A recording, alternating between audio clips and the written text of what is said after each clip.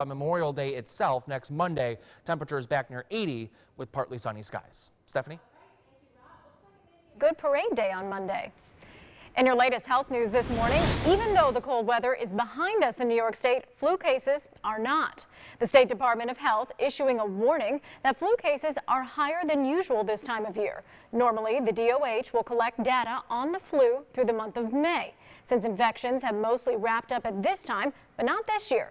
Because of the increase, health officials say they'll be keeping track of those cases for a bit longer until those numbers go back down. Doctors reminding you to stay home if you feel sick and also take precautions like washing your hands and wearing a mask if you have to go out.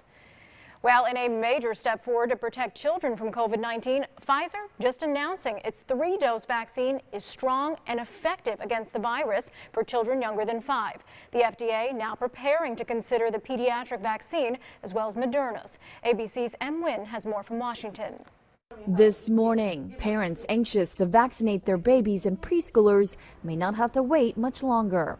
Good girl. Pfizer says for children under 5, its 3-shot vaccine is 80% effective against symptomatic COVID-19. It's also just a tenth of the dose for those 12 and older. That'll be up to the FDA in June to determine if this antibody response is sufficient enough to protect against severe illness and hospitalization. On top of reviewing Pfizer's vaccine for America's youngest in mid-June, the FDA is also considering Moderna's vaccine for children under 6 years old. For now, Moderna is still testing a 3rd shot after data shows 2 shots for kids under 6 had an efficacy of just 51% or less. For some parents, an authorized vaccine can't come soon enough. This mom enrolling her 2 kids in the Pfizer trial. If they had the placebo, they'll immediately get the treatment shot. I know many parents of children under 5 that are just really drained and exhausted and feel alone in this process of having to determine what is safe for their family.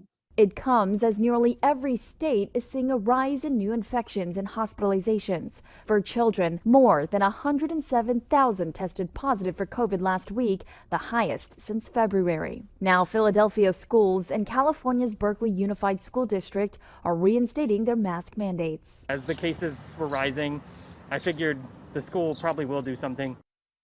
Parents could see shots in arms for kids under 5 as soon as the end of June if the CDC and FDA sign off.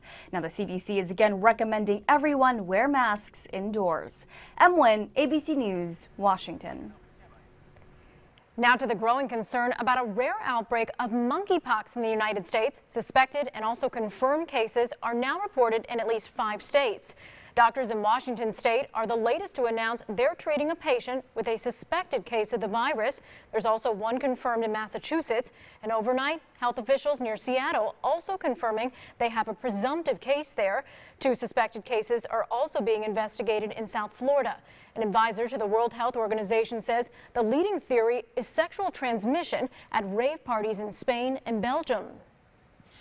I don't think that there's a great risk to the general community from monkeypox right now in the United States. I think that we need to pay close attention to the communities in which this might be circulating. Doctors say it's spread by coming into very close contact with lesions, bodily fluids, or respiratory droplets. The flu-like symptoms lead to rashes on the body with a recovery time of 2 to 3 weeks.